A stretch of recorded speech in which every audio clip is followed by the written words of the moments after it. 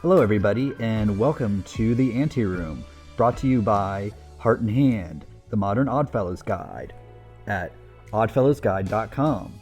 If you want to learn more about the Independent Order of Oddfellows, please check out ioof.org.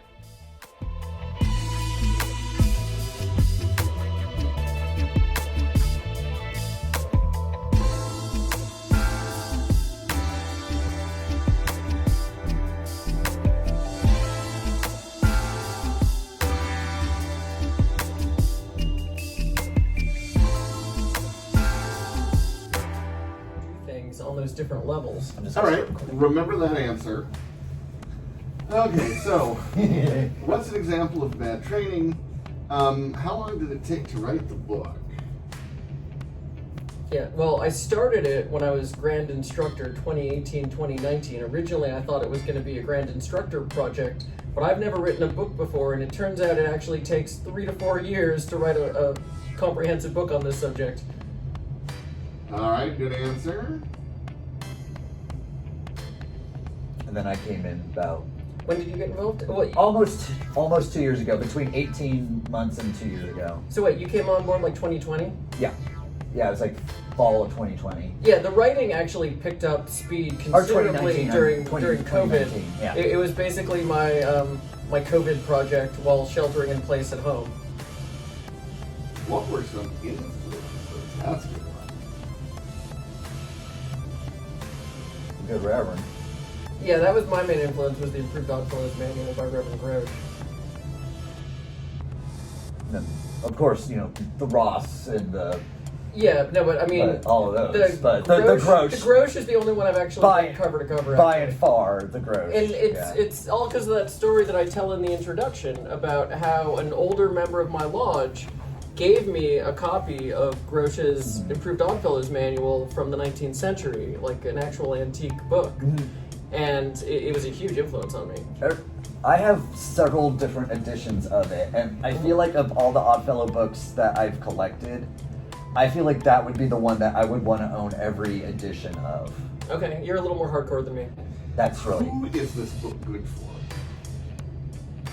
Well, the primary audience is definitely new members, but I do think there's a lot in here that experienced members could learn as well. Everybody usually knows different parts of the tradition. I've learned different pieces in different places I've been from different people. So I think there's probably something in it that's going to be new to everyone. And even just regional differences that you and I have discussed that...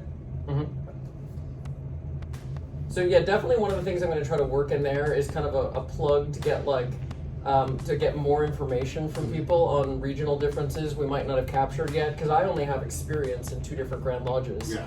And even that was enough for me to understand that things can be considerably different from one jurisdiction to the next. You know what a really cool section to add would be? What? Would be like a chapter on like geographic variance. I would need to do so much more research. I know. But you know how that lodge in Maine does the fisherman's degree? That's in Massachusetts. Or Massachusetts? Yeah, I don't know if they still do that, but the last picture I saw was a couple years ago. The cave degree in California. The cave degree, California. They do the Earth Lodge initiation in Illinois. What did I learn that was the most interesting? I mean, I learned so many little things. What's a good one to give me an example? Draping the charter. Draping the charter. Okay. Because I actually learned how to do that correctly when I was coming up as an odd fellow in Seattle, because we had John Michael Greer. All right, so what did you learn researching the book? You learned that it's a big, wide, wonderful world of odd fellowship. I don't know. What did you learn, Ainsley? Oh, I learned... He's got to answer some questions, too. I learned that I still don't know nothing. Yeah. That's really what... It's kind of like you learn, the more you learn, the more you realize you don't know. Yeah, exactly. Is really, I think, is what it is. That Here's another question. I am aware of massive gaps in my knowledge on how to do things, and I've got a long road ahead of me, but at least I can, in the meantime, make things look pretty. You can always make things look pretty. Yeah, I'm the one, since I'm the author, I'm the one that's expected to be an expert on everything, unfortunately. Yeah, exactly. I just get to worry about making things look pretty, which is kind of a nice little cop out. I feel like it's important to make people know that we aren't making profit off of it. I feel like that's... Well, yeah, we definitely have to insert the fact, like, you should ask, I like, feel like that's where's an important the money talking point. going? Yeah. Yes. Right, I feel like, like that's an important question to ask. Good point. Be like, you know, oh, man, what are you going to do with all this Oddfellow money you're making? Although you can clearly tell that we've priced it to not make a lot of money, because Right. the purpose of this project, although it is raising money for my Grandmaster projects, that is Move not books. that is not the primary purpose of this project. The primary purpose of the project is education. What's today's date? August 17th? Oh. Siri? My phone is currently closed, so I can't ask it. Alright. Here, just open it. Check your phone, brother. It's August 17th. Alright. Good deal. It's August 17th, 2021. We're here in Cincinnati, Ohio, Queen City of the West, with Brother Ainsley Heilich and Grandmaster of California, Brother Michael Greensager. Welcome, brother. Thank you. Good to have you here. And we are talking about this fantastic new book that you've written. We've had some Oddfellows books come out lately, some wonderful authorship going into them. And we're so glad that you've decided to jump in and make a contribution to the contemporary literary world of Odd Fellowship.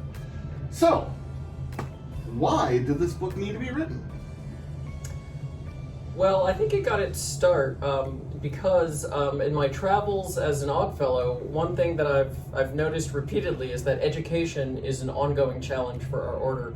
Even in lodges that have a large number of members, they don't necessarily have a lot of experienced members who can teach them how to be an Oddfellow, how to run a lodge. There's really a lot of gaps in the way we educate our new members today. All right. And can you give us some examples of things that you've seen that would indicate bad training or lack of knowledge when you've been visiting lodges? Well, the easiest way to see it usually is in the ritual. Like, even when a lodge is doing the opening and closing ritual, like they're often gonna miss like a lot of parts about the floor work or how you have to stand when you talk, things like that. Like, not everybody knows these things. Even if they're basic aspects of a meeting, there's really a lot of gaps. Now, here's a detail that I noticed in my jurisdiction of Washington. In some lodges, when you do the opening ritual, you stand up to say your part and everyone stays standing after they've finished it. In some lodges, they sit back down and then wait to be called up by the Noble Grand. And in the lodges where everybody stands up, anyone who doesn't have a speaking part in the opening, they stand when the Noble Grand calls them up. So even within my jurisdiction, there are different ways of doing that. So I know what you mean when you say there's some variations in how people do the floor work. Or, for example, I was always taught as an Oddfellow, when you're on the floor, we do square corners on straight lines. We don't cut diagonally across the floor.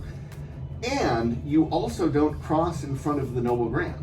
So that invisible line between the chaplain and past grand, you don't cross from one side of the lodge to the other when you're in front of that line, because it's disrespectful to the Noble Grand. So you walk straight down past the past grand and chaplain, then you walk across the lodge, then you can go to the other side. I have to do that when I go to the piano sometimes to play the opening and closing ode if I'm doing another part of the opening. So if I'm being Warden or something like that. So that's really interesting. Any other examples you can think of how people aren't necessarily doing the ritual the way that is intended? Well, I think the example you gave is really good, because that's one of these things that what you described, not walking in front of the Noble Grand Station, that's the traditional way to do it. But that's not really written down anywhere. Like, those little things about how do you move around the lodge room, like, those things are not recorded anywhere for the most part. Aha! Very interesting. So you obviously have uncovered that somehow in your research. And what were some of the sources that you used for research while you were putting all this together? what I really relied on heavily, actually, was the initial training that I had coming up as an Oddfellow in Massachusetts. I was really lucky to be part of a lodge that had a past Sovereign Grand Master in it, a couple past Grand Patriarchs. I was really very fortunate as a new member to have some very experienced members that were able to teach me all of these things. So when I was first coming up, I took all these things for granted. I assumed everybody knew these things. But since that time, I've changed jurisdictions. I've visited a lot of lodges all over the place, and I've really been surprised. Most people don't know these things nowadays. So what was your original home lodge in Massachusetts? It was Herman Dexter Lodge, number 133 in Dedham, Massachusetts. Okay. And you mentioned there was a past Sovereign Grand Master in that lodge. Who was that? That's George Shaw. George Shaw. All right. And the past Grand Patriarchs who were in that lodge? That was Desmond Reeves and Ron Pinn. Impressive. You had some really great mentors in Odd Fellowship. That's absolutely the right way to learn things, and that used to be how everybody learned things, but nowadays not everybody can belong to a lodge that has members like that who can mentor them. And I'm glad you mentioned that, because one thing that I'm seeing a lot of, we are starting to have a regeneration where new lodges are being formed by young people who don't have experience with Odd Fellowship or with fraternalism in general. Like the new lodge that was chartered in Virginia, Chester 281. Okay, they did something very smart with that lodge. They got a couple of experienced longtime Oddfellows to join as associate members, go to the meeting, and help pass that institutional legacy on. But what you're saying is you found a lot of lodges where that institutional legacy has been lost or discarded somehow. And so your book was in some ways an attempt to put all the information together in one place so that you could pass that on. Yeah, absolutely. So most of it was from oral tradition, but of course I supplemented that with reviewing things like the Sovereign Grand Lodge Code of General Laws to make sure that what I was saying was in conformity with the rules and regulations that we operate under. And that's interesting because in previous conversations, you've mentioned, just like you did with not crossing in front of the Noble Grand, it's a tradition, it's not necessarily written down anywhere. Are there any other examples of traditions or things that people would think are correct, but you didn't find any documentation of? Well, the example that you gave also about people standing up when they read their officer parts, that also, I believe, is not written anywhere. But in my experience, that is the correct way to do it. That's the way I was taught. Okay, so everybody stands and remains standing after you read your officer part. That's my understanding, yeah. And that's from personal experience. Like I said, it's not written down anywhere. That's the tradition that I learned. The tradition. I don't know how specific it is in your tradition, but the way they have us do it in my lodge is they say the Noble Grand will say like Vice Grand, and then the Vice Grand stands up, and then they say, "What is your duty?" Instead of saying Vice Grand, "What is your duty?" and then they stand up.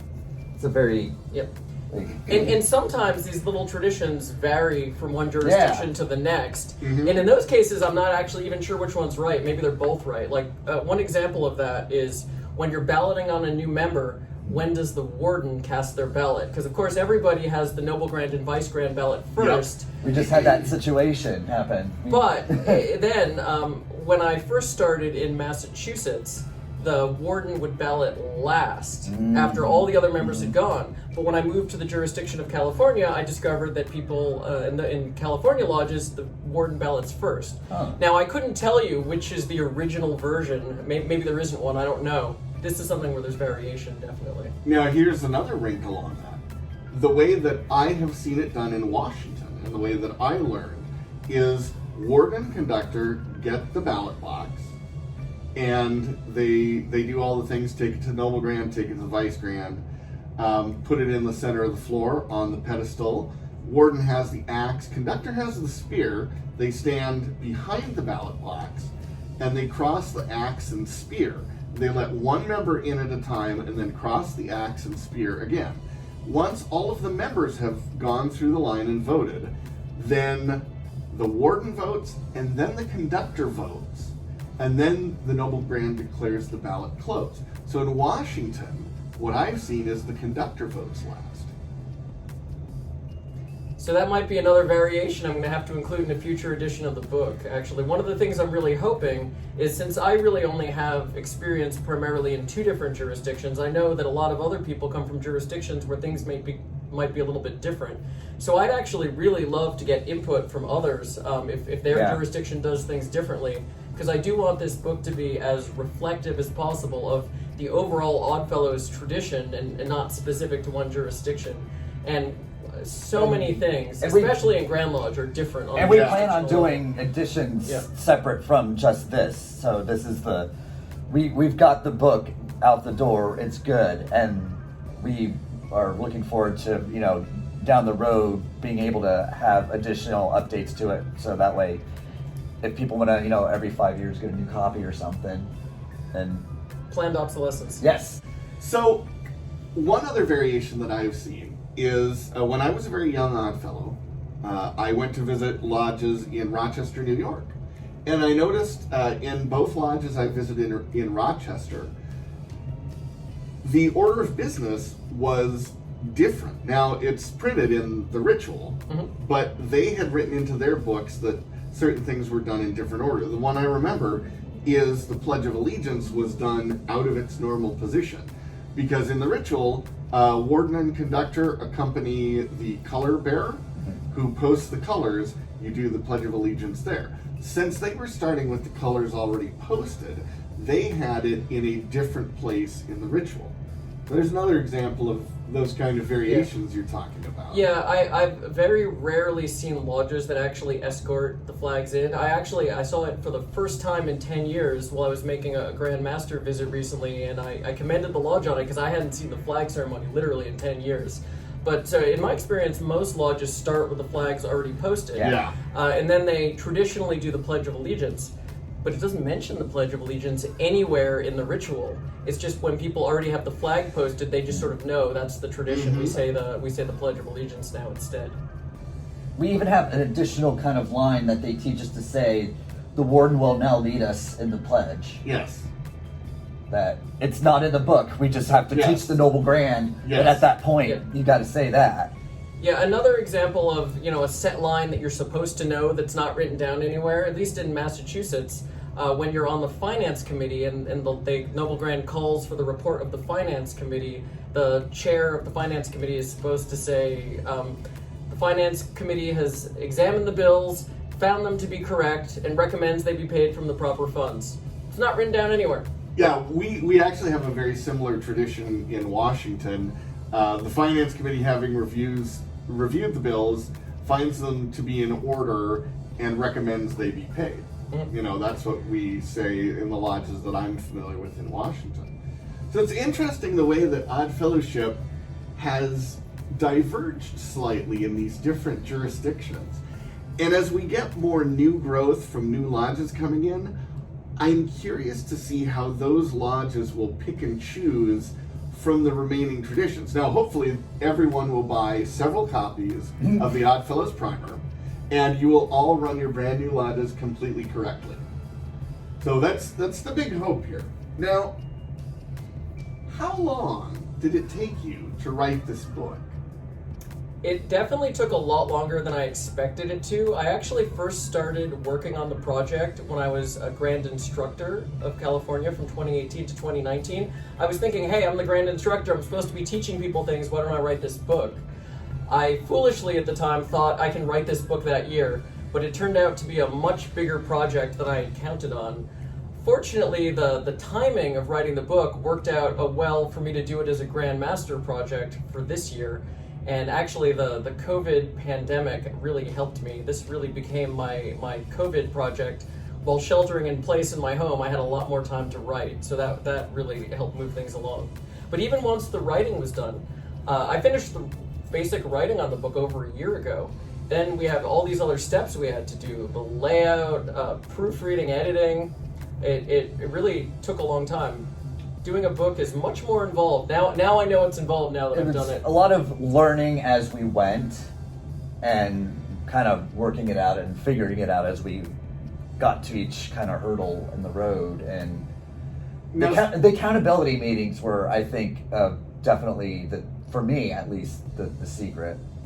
Since you're essentially self-published, this is not put out by a major publisher or anything, you had to do the writing of the book, all of the research, the compiling, and coming up with the text. But then you also had to do the research and figuring out how to publish the book. And those are two very different kind of disciplines, because the publishing is technical, mechanical, artistic, it's all these sorts of things. It's laying out the book, it's coming up with the artwork, it's making sure the artwork and text match, and it's doing all of these things and deciding on what the cover should be and fonts and, you know, who's going to take the job of printing and shipping and all of that stuff, which is totally different from the here's what I know about Odd Fellowship and I'm going to write it down part.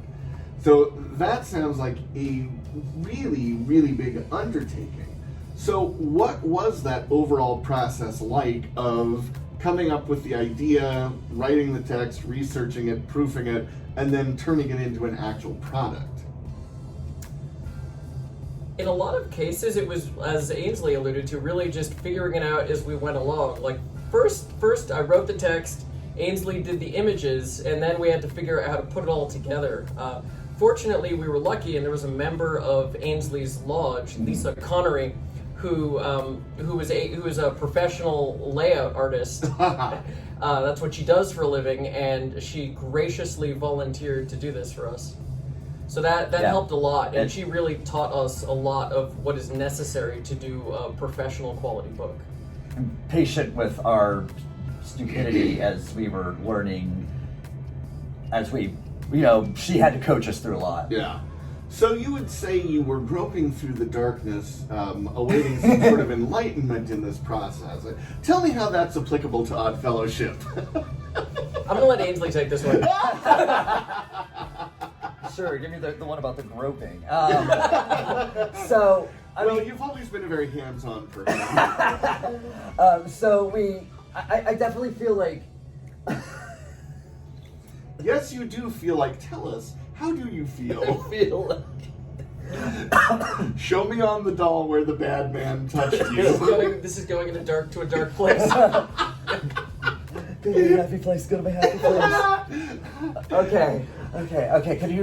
Could you please repeat the question? That was a completely made-up question. That wasn't real.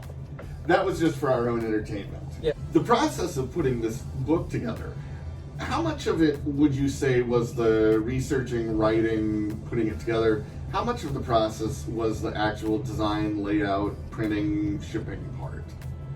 I'd say it was maybe 75% writing, 25% just taking care of all those technical details. But that percentage is also going to shift now that we've entered this new phase of it that might have new hurdles. And what are some of those unanticipated hurdles that you're anticipating? Things like, like promotional hurdles that we might encounter if we, need to find some way to reach a group that we're not quite reaching. Yeah. Or, something with the print place going up in smoke, or I'm still trying to figure out how to collect sales tax correctly. Exactly. Actually. Things or just learning that stuff. Yeah, there's those are I figured that's just an anticipated hurdle. Yeah. That alone is the those are just the known unknowns. Those are the known unknowns. Yeah. Now let's pull back the curtain here. Ainsley, you're a self-employed artist, as am I, and we regularly confront this kind of thing, which is you have to know everything about your own discipline, plus you have to know everything to sell your discipline to the wider world. And this is one of the underappreciated parts of what both you and I do, which is I have to know not only how to play music, but how to contact people, write contracts, get contracts enforced, and do all of the money stuff and do all of the business stuff, and how am I collecting taxes and how am I reporting it. Okay, so there's this whole other world outside of our creative discipline. Yeah. Michael, you just got to experience what it's like to be a creative person, create something and then go, oh, this is useless unless I can propagate it beyond my own hard drive. So welcome to the world of being a creative professional. It's wonderful here. We end up picking up a lot of esoteric knowledge we never knew we needed, like, how do I collect sales tax? And you're selling, you have an online store for this. You're both selling through major online retailers named after large rainforests. And you're also running your own online store where people can buy directly from you. So how do you navigate the business side of somebody's buying it in Oregon where there's no sales tax, but then somebody's buying it in California where sales tax is like 78%? The great part about that is I actually only need to worry about the California sales tax, because the way sales tax works is, in order to be charged, if you're a retailer, like, you need to have a physical presence basically in the place in the state where you're selling it. They call it a nexus, and so this business is being run out of California. So when I sell copies online, like, I need to charge California people sales tax, but if I sell it to you up in Washington, no sales tax. Oh, excellent. And there is an exception to that for large companies. That was a recent, I think it was a recent court case that clarified that, but they still have an exception for smaller businesses with below a certain threshold of sales. So we don't need to worry about collecting sales tax. So it's only become like a multi-billion dollar bestseller. If we become a multi-billion dollar bestseller, that's going to mean such great things for Oddfellows membership that I'd be happy to have that problem. Exactly. It's like somebody says, well, you know, what happens if you start selling hundreds of CDs a day? I'm like, that's a problem I want to have. Yeah. At that point, I have the money to solve it. Yeah. It's like you just pay the taxes because you'll have the money to do it. That's right. So I'm assuming you had to do a certain amount of research on this book. It wasn't all just collecting stories and writing what you think about stuff. So what kind of research did you do? Where did you find research materials? Did you just rewrite the Sovereign Grand Lodge code in a narrative form, or how did you do this? For all those customs and traditions, I actually, like I said, relied on my own experience. Where I really had to lean on external sources was once you get more into the history. So like when you look through the book, you'll see like most of the footnotes are in the historical sections. Mm-hmm. That's where I relied heavily on the classic Oddfellows manuals from the 19th century, as well as other classic works from that time period. And that's also where most of the historic images are as well, or in the history section, of course. Mm-hmm. So, were there any interesting sources that you came across as you were looking for things? Obviously, you've mentioned the Oddfellows manuals of the 19th century, the Donaldson, the Grosch, and things like that.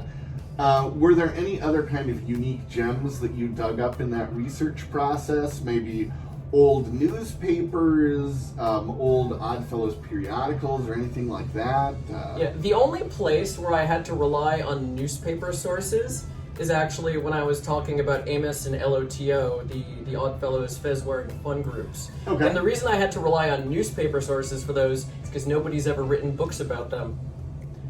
So in that case, I had to actually go down to a lot of newspaper articles.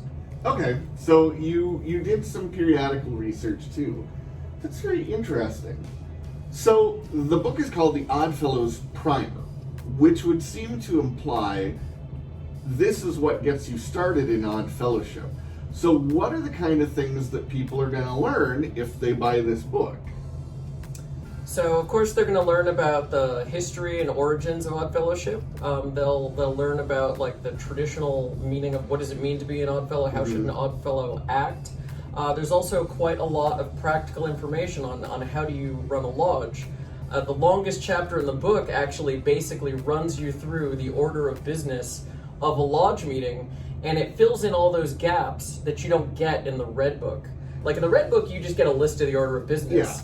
Yeah. This book will actually walk you through for each of those steps.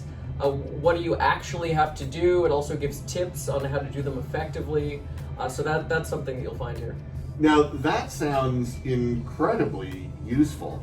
I can think of at least a couple of lodges that I've visited where it's primarily newer members. They don't have the experience in Odd Fellowship, and they're usually going to meetings thinking, gosh, I think I'm doing it right, but I'm not sure. This sounds like the kind of book that they can buy and then know for sure, like a user's manual for how to run a lodge.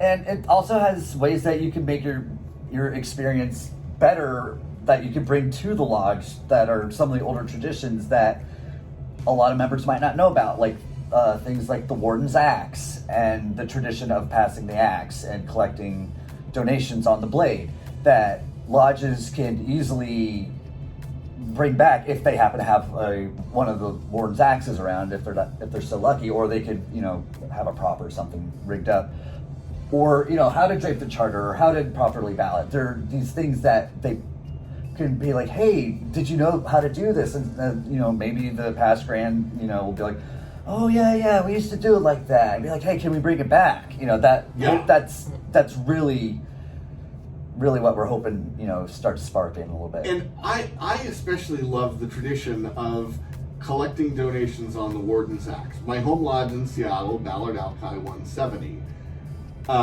During the reading of the records of the last session, the Warden passes the axe around. Oh, that's a good time to do it. And collects donations from the members.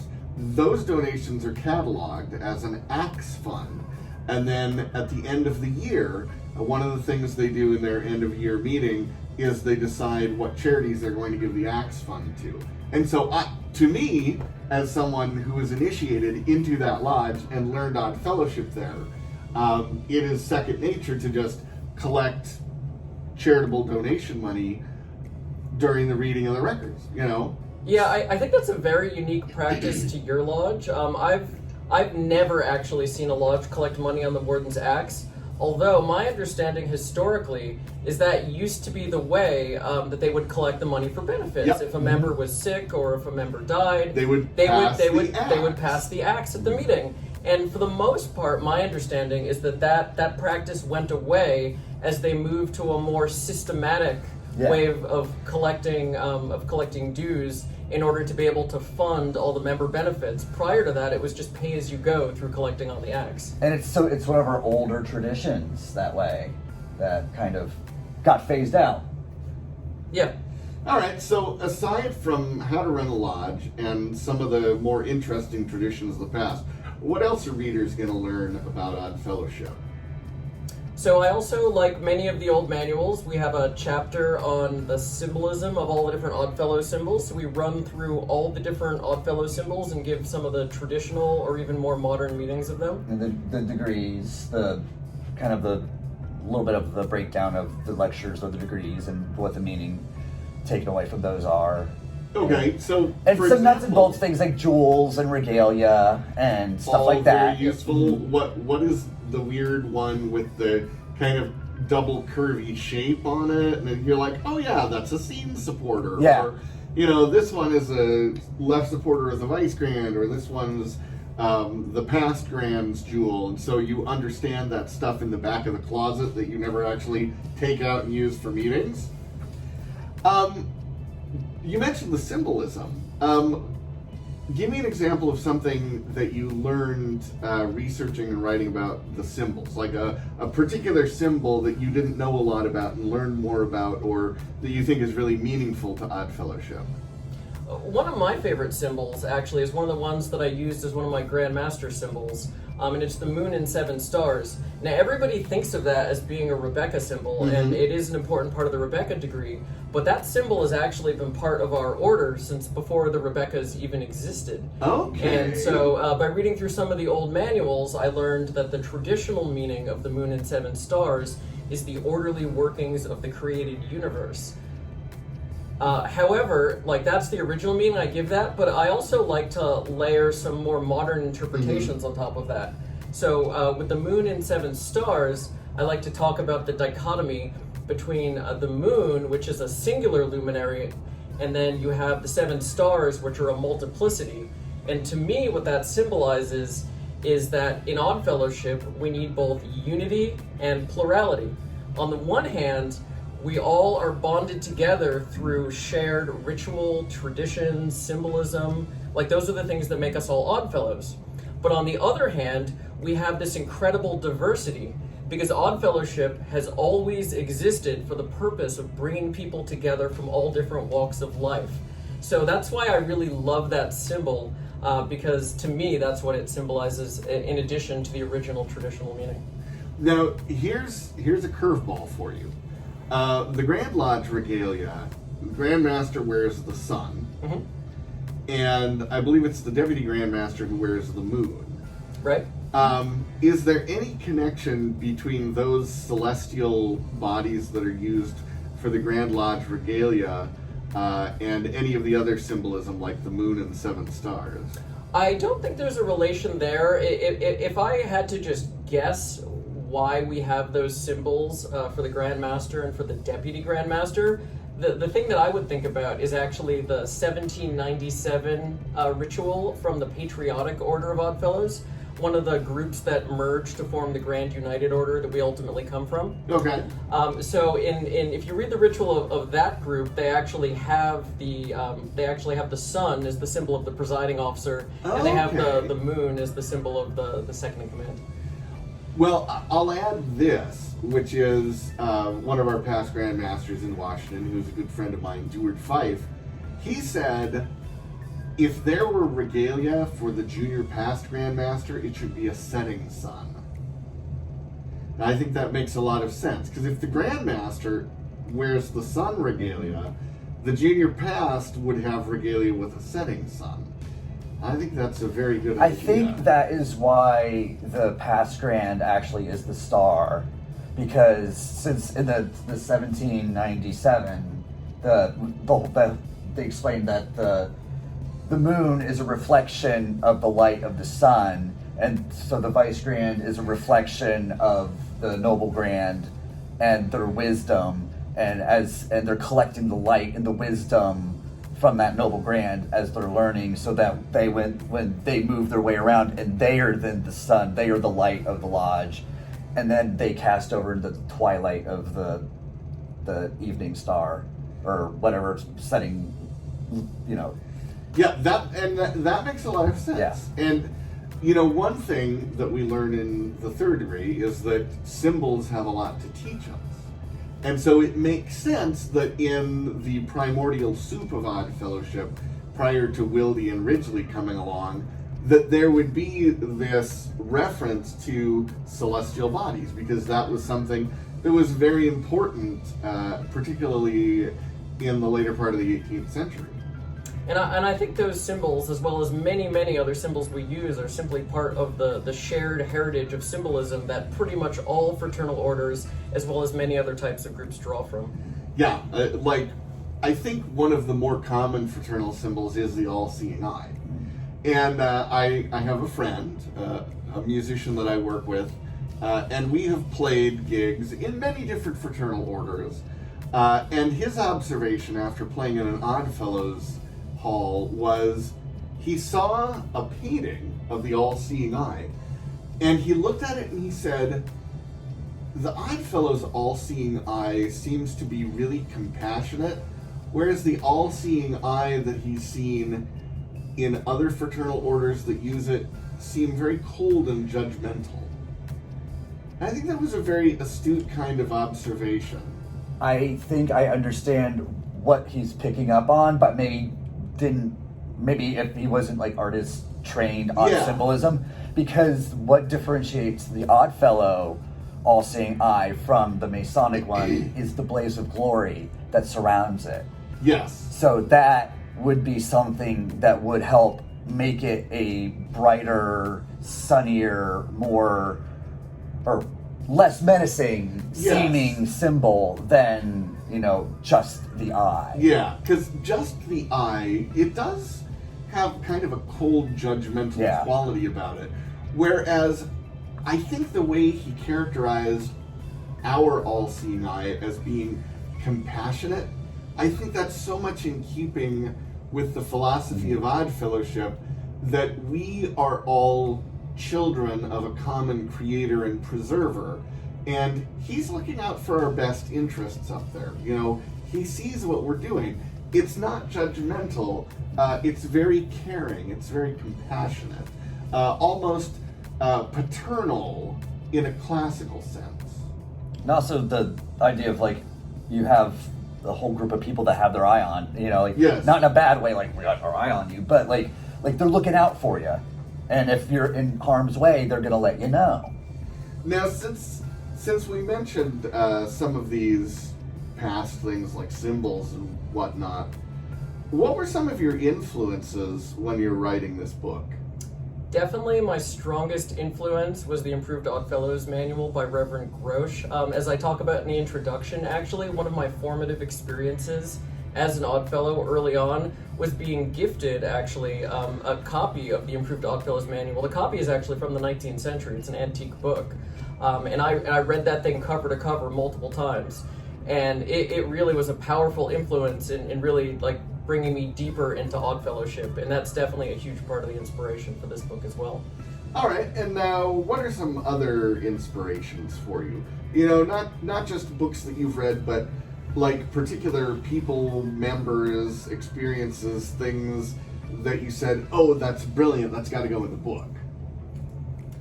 I don't think I can point the finger at like any one member or one thing, because it really is little bits and pieces from everywhere. We're all kind of feeding off of the same tradition, but it's like every person has like received like a different part of the tradition. And I learned different things from different people all over the place. And I've tried to bring together as many of those bits and pieces as I could into one cohesive whole. All right, that's a good answer, you know, because I know what you're saying when you say we all kind of have the same corpus from which we're getting information, and everybody gets different little bits of it from here and there. Because I know that I wish I could have spent more time with him. I was fortunate to have known past Sovereign Grandmaster Art Craig, because he was from Washington. And he was so brilliant when it came to Odd Fellowship. There were so many amazing things that Art knew and would share. You know, what I wouldn't give to go back and have another couple hours to talk with Brother Art about things. And so, you know, there are those instances where you happen into something, you learn it, you go, that makes so much sense in Odd Fellowship. And so I know what you mean when you say there wasn't necessarily definite kind of influences. There was a lot to take advantage of there. So with that in mind, what would you say is your biggest hope to come out of this whole book project? Well, definitely the reason why I took on this project, as I said before, was education. If we can get to a place where every new member who joins our order can get all of this information, I think that's going to bring us a long way as having a more educated membership, and I think that's also really going to draw people further into the tradition the same way it did with me, because I think what we have to teach people is really very compelling, but I don't think most people have access to it anymore. Yeah, that's so true. We got so popular when we hit our zenith in the 1920s that everybody just kind of knew Odd Fellowship, and it was taken for granted. Now, unfortunately, past our peak, as things started to decline, we lost a lot of that knowledge, that tradition, that experience that was so valuable and important in shaping Odd Fellowship. So, who do you think is going to benefit from buying and reading this book? So, well, as I said, I think new members are definitely going to be a big part of the audience. I really do feel there's pretty much something in here for everyone to learn. There's just so many different aspects of it. Even if somebody's been a member a long time, I think everybody has something to learn. And I'm also, as I said, hoping other people who might know some traditions that I don't know will contribute them back to the book so we can make it an even better source in the future. I think it's a different way for members who have been longtime members to maybe reconnect with the fundamentals of the order if, say they've been a member for 50 years and they think, that, oh, like, I've read it this way the whole time, and then, like, but I put a picture with it that might maybe spark a different kind of appreciation of something that we do, or something like that. I think that there's stuff that the longtime members can get, but yeah, especially anybody who's like a brand new member, a 5-year member, if you're an incoming officer, if you've been in the lodge for a number of years and you just want to get more involved, but you're a little scared to, and you're too intimidated to maybe ask somebody for help, you could read up about it and kind of self-educate a little bit. Yeah, and I think it's actually especially useful for new Noblegrands. Yeah. One of the ways that I knew I was on the right track is when I started showing the draft to people and they started telling me, I wish I had that book when I was Noblegrand. That's how I knew we were getting somewhere. Because we do give a lot of practical advice for Noblegrands, how to run an effective meeting. Yeah, I can tell you that although I did an exemplary job as Grand Master in Washington, having gone through the process of being Grand Master, I understand the job better, and I think in the future, if I ever had to do it again, I could probably improve on what I did. And so, for anyone who's a first-time Noblegrand, you're taking charge of running your lodge for the year, having this book and reading it, even if you only read the section on how lodges operate, that is going to be so helpful for anyone who's a Noblegrand. And even if you've done it, let's say you're someone, you're a 40-year Oddfellow, you've been doing this for a long time. Oddfellowship has changed a lot in 40 years.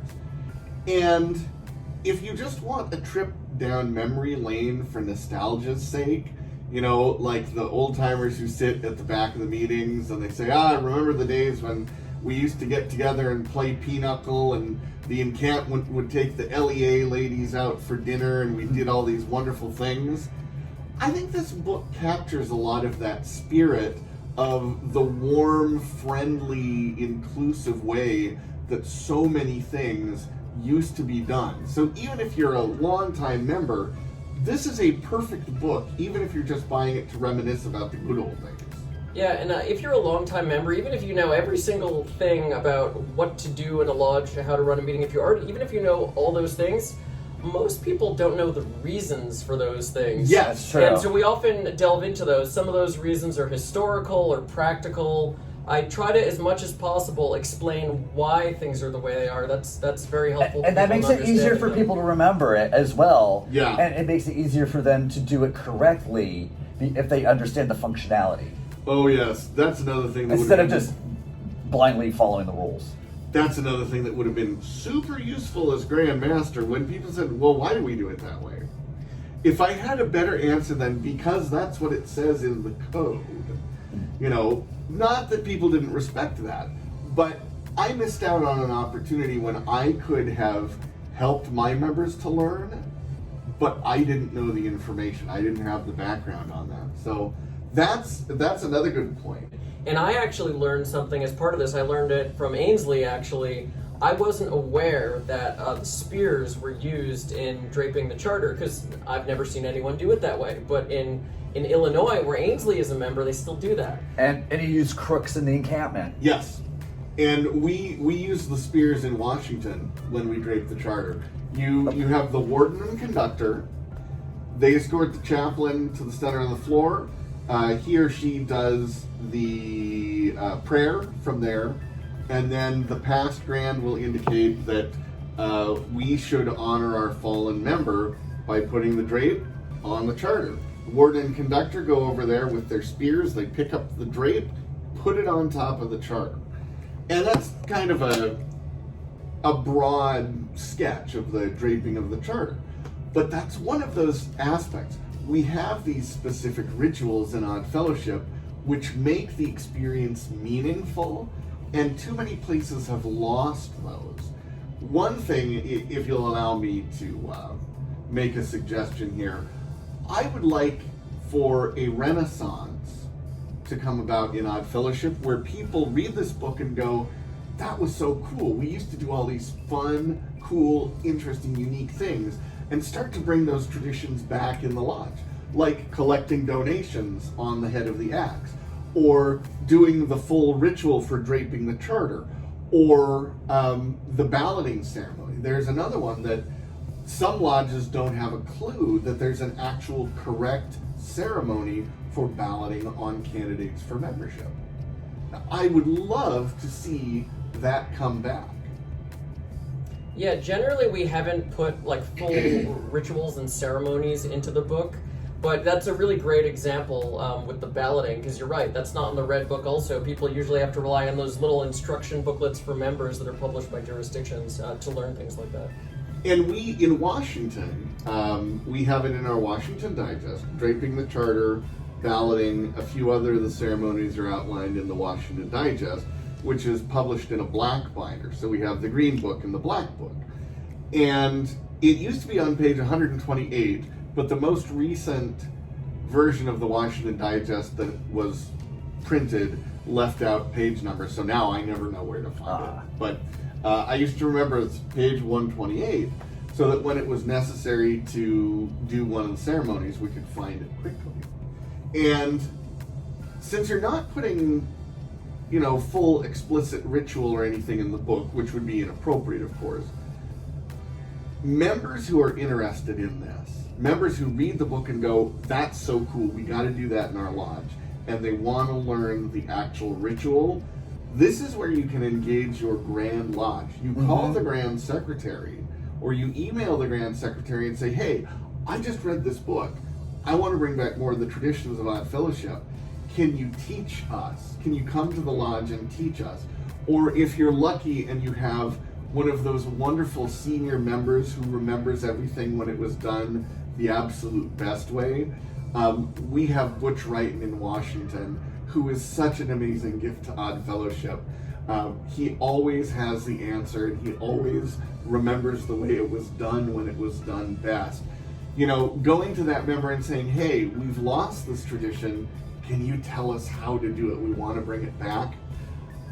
In just a few examples I've seen of that, lodges really love reviving those traditions. Like when you post the colors at the beginning of the meeting. Warden and conductor, they go out, they escort the color bearer in with the flag, and they post it. It's a few extra minutes in the meeting, but it adds that meaning, and it makes it into more of a unique and meaningful experience. Lodges really enjoy, and the members enjoy having more meaningful things in the meetings. Now, how about some stuff that you learned when you were researching the book? Either stuff you didn't know about, stuff you were surprised by, things that you found you wish could come back, or maybe some things you found in the past that you're like, I'm glad we don't do that anymore. Anything that you got in your process as you were learning to get ready to write the book. The thing that was the most effort for me to learn, actually, was when I was working on the section on the trial code. Because it's like the most fiendishly complicated part of the Sovereign Grand Lodge Code of General Laws. I couldn't find anything else written on it, so I had to go back straight to the source text from Code of General Laws. And I had to read through it multiple times to try to understand it. I did my best to summarize it for everyone, but that was the section where I really had to educate myself. Yeah, trials in the Odd Fellows can be challenging. Done correctly, though, they are a very effective way of getting at truth and finding out what has happened. A lot of people are kind of afraid of trials and the fact-finding process that goes with it. I'm not afraid of that. I embrace the idea because I think it's very effective to be able to put things to rest with a thorough investigation. But like you say, when you're a lodge and you think there's an issue and you try and dig into the trial code, it can be challenging. So that's a very good thing that you've included in the book. Because you did the artwork for Yes, this I did. book. And this is a perfect opportunity to talk about that.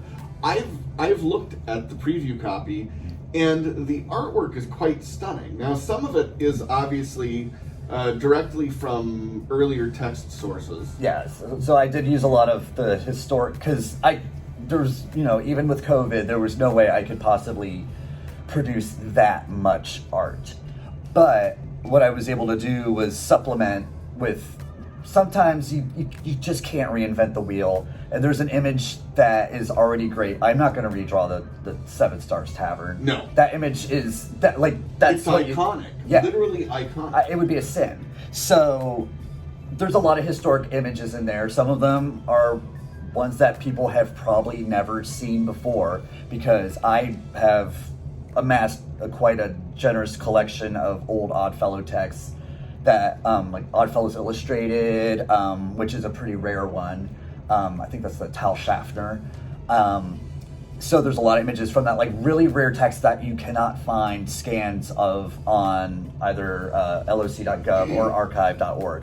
So that was one thing I tried to do, is use a lot of rare stuff, even though there's some common stuff in there. There's, the original charters and things like that. And I tried to use a lot of imagery that was, since I was I have an art history degree, and I am passionate about art history, and so since we were referencing a lot of the old times of Odd Fellowship, I referenced a lot of art history in a lot of the artwork.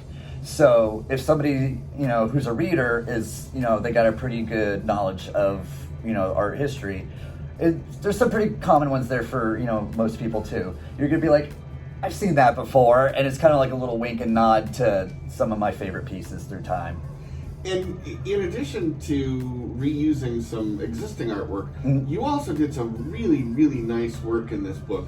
The one that I always remember is your beautiful rendering of Sovereign Grand Master Wes Nelson, where he's wearing his collar and he's holding the globe in his hand.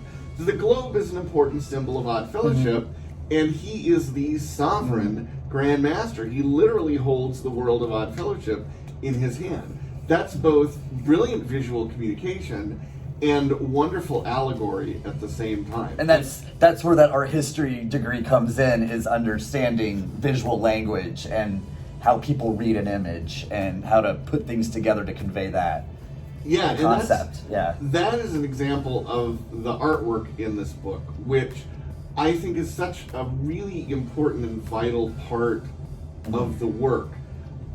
I don't necessarily want to go as far as to say, just buy it for the artwork, it's so nice to look at, because the information is so good. And it's not just artwork, too. I've got some charts I made as this Oddfellow, ladder and record of Oddfellow achievements, which is in the beginning of the book, where when you purchase the book, you could write down your name and your lodge number, and you could write down the dates that you've obtained your degrees. So this book has a little functionality to it as well. So kind of, this is a homage to those wonderful Oddfellow record, those I love large format poster prints, the chromolithographs that the member would be able to have written in the dates that they had taken their degrees, and sometimes there'd be like a little photograph of them and stuff like that. And in this chart, we don't stop just with the degrees, and not even with past grand. The chart actually goes all the way up to Sovereign Grand Master. We give everybody the goal. We give everybody the goal of going all the way to the top of the ladder.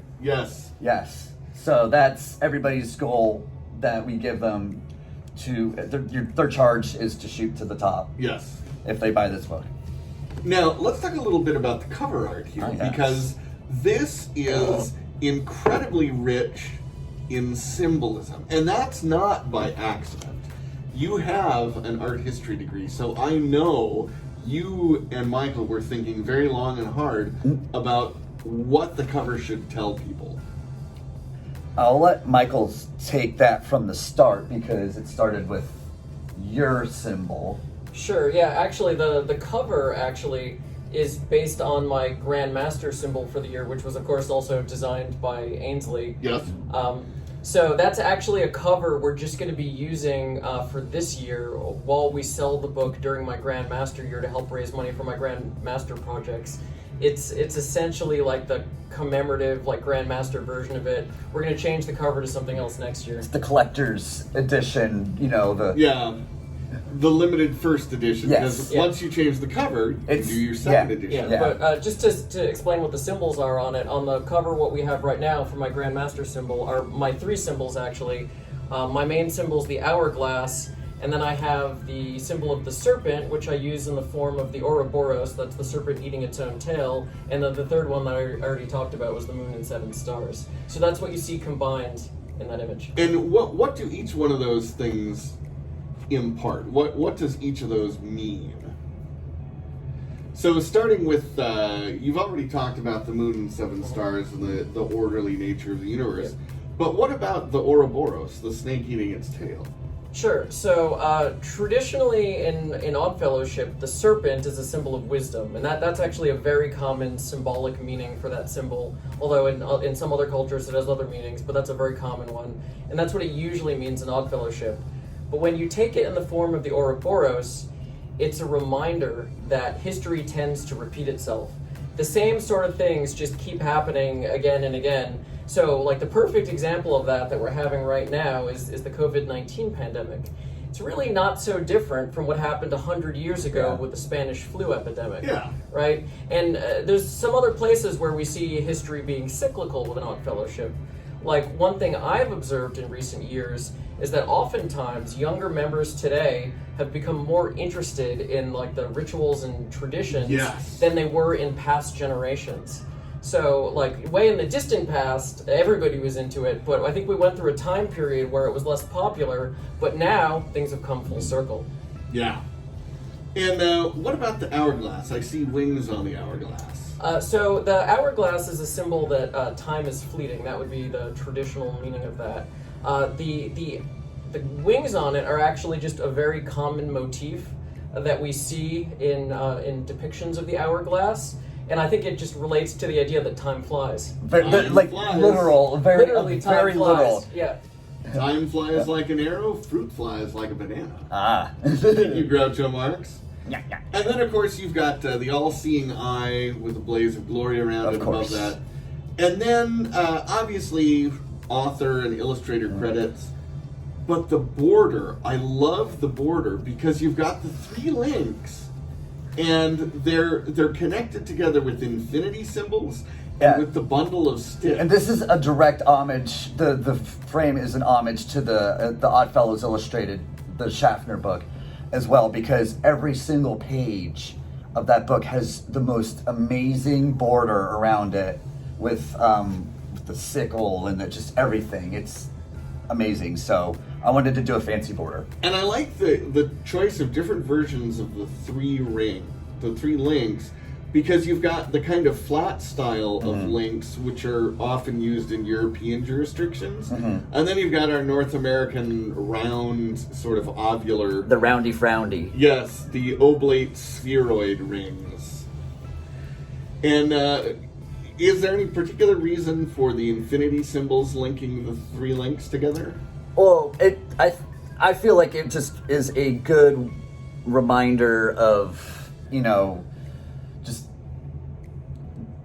being connected forever. Yeah. And it's like a harmonious sort of kind of connection device to obviously infinity and forever, and the eternal kind of Odd Fellowship is eternal and built upon the foundation of, Oh, yeah. So it's kind of that sort of, with the bundle of sticks that's, linked in, and just the idea of the unity and harmony and working together long term. All right. So now that you've gone through this process, and for both of you, Michael as a researcher and author, Ainsley as an illustrator, what would you share with other Oddfellows researchers, authors, creators, other members out there who want to make a contribution to the body of literature and knowledge about Odd Fellowship, having gone through this process of done it yourselves and turned out a really striking and impressive final product? Yeah, honestly, I'm just trying to think of, like, what advice I would possibly give somebody trying to write a book, because, like, Just do it. there's so much variety out there, like, of different niches that you could write an Oddfellows book on. Odd Fellowship is such a deep topic. It is. There are so many different aspects that you could talk about in a book.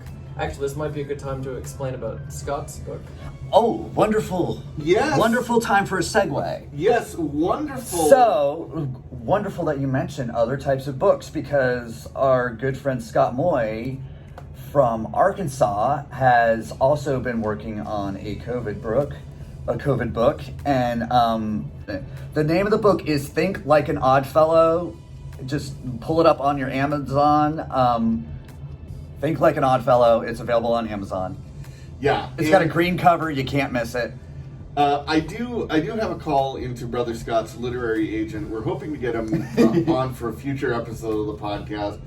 Many listeners will know Scott Moy as the other half of Heart and Hand, the modern Oddfellows And he's guide. also the editor of the Oddfellows Primer. And he's also the editor of the Oddfellows Primer. So he went through a lot of the classic texts as well, and took some of what he thought were the most impactful passages, and then he kind of presented them in, I guess, about 42, I think there's 42 different pieces in here. So they're it's essay format. So it's not like a book you have to read straight through. And each essay focuses on a different passage from one of these classic 19th century texts, and represents it through today's lens and how to kind of reinterpret it to get the best philosophical bang for your buck out of it. Because the lessons that we're being taught are old lessons, but they're still as relevant today as they were then. And sometimes we just have to kind of reframe it in a way that makes it, oh, okay, I get it now. Sometimes looking through the lens of, explaining the first degree with, what Meredith was saying earlier about her idea with, the Salco and having it be like a modern corporation, and David and Jonathan being like co-workers. Oh, I think I missed that conversation. Oh, I'm Okay, sorry. it's Oh, okay. it's a good one. Yeah. Okay. But we'll have to... Yeah. The advice that I would give somebody who's like setting out to write another Oddfellows book, though, is that like not to be too constrained in their vision for what the book would be. I worked on this book over a number of years, and the final book that we ended up with is not exactly what I set out to write when I first started writing. I think the important thing is really to be open to the process and the journey, and to allow it to evolve organically on its own. I think that's probably the way to get a better product than to try to force it into some rigid notion of exactly what it should be. I think that's really good advice, because you said up front you were Grand Instructor of California when you started. And what exactly does a Grand Instructor do? In practice, the Grand Instructor's main job really is to train incoming District Deputy Grand Masters. And the interesting part about that job is the Grand Instructor does it before he or she is even installed as the Grand Instructor. So by the time they're installed, they've actually finished the majority of their work, in a sense. So that's kind of why I was looking for something else to do during my Grand Instructor term, because I'm thinking, here I am, my job is to educate people in California, in particular DDGMs, but I thought of it more broadly. The job is to educate. So this is what I came up with as a way to do that. And so what started out essentially as an instruction book for district deputies so they would know how to do their job turned into this fantastic and very comprehensive, very useful, and very approachable book about odd fellowship. You're absolutely right about that, and I didn't even mention that, but you picked up on it anyways, which is actually the very oldest parts of this book are the parts that I wrote to be part of the manual I wrote for incoming DDGMs. So when I first started this book, I took all the parts of that would be relevant to this, and those are actually the oldest part of the text. Yeah, I have read through a good chunk of this book. I think it is just superb. It explains so many things that I've spent, a couple decades as an odd fellow figuring out and kind of amassing through experience. We have a saying in the music business, you don't have to go to college. You can just play gigs for 20 years and learn what you need. But if you go to college, you get it all in 4 years, and you start out with a better base of knowledge. Well, if you're an odd fellow, and you're asking yourself, what did I get myself into? This is like going to college for Odd Fellowship. This is the book that says, here's how it all works, here's what it all means, here's how you do things. You know, this is the book where it walks you through everything and says, yeah, here's how you run your lodge, here's what it means, this is what the Grand Lodge does, this is what the Sovereign Grand Lodge does. So if you're sitting out there going, why are these people meeting once a year in August, and what does it all mean? This book tells you. This is the answer book. It's the user manual for Odd Fellowship, essentially. And if the answer isn't readily apparent in the book, because, I mean, we couldn't get as in-depth as possibly needed, it would be 1,000,000 pages long. Yeah.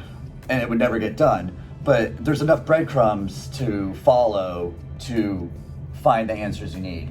And the best part is it's probably not going to take you 4 years to read. Yeah. Listeners, as you can imagine, the world of Oddfellow authorship is so competitive and so busy. You're always going to seminars and doing things and flying all over the country and really all over the world. It can be hard to get these interviews lined up, and so we super appreciate you taking just a few minutes out of your busy jet-setting schedule as Grandmaster of California. I mean, you're doing like 19 visitations a week, and then you get the time to come here to Cincinnati for Sovereign Grand Lodge and do your duties here as Grandmaster.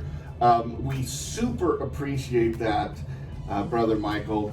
One last question for you, which is a question that I know some people are probably asking.